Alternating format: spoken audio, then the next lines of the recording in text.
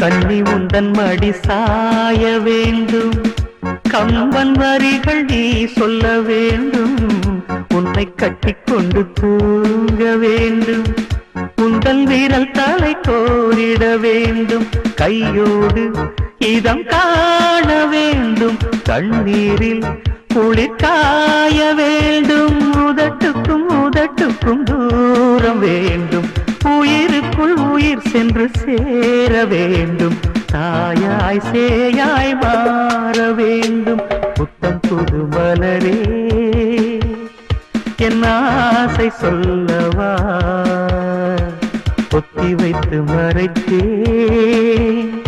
என் ஆசை சொல்லவா,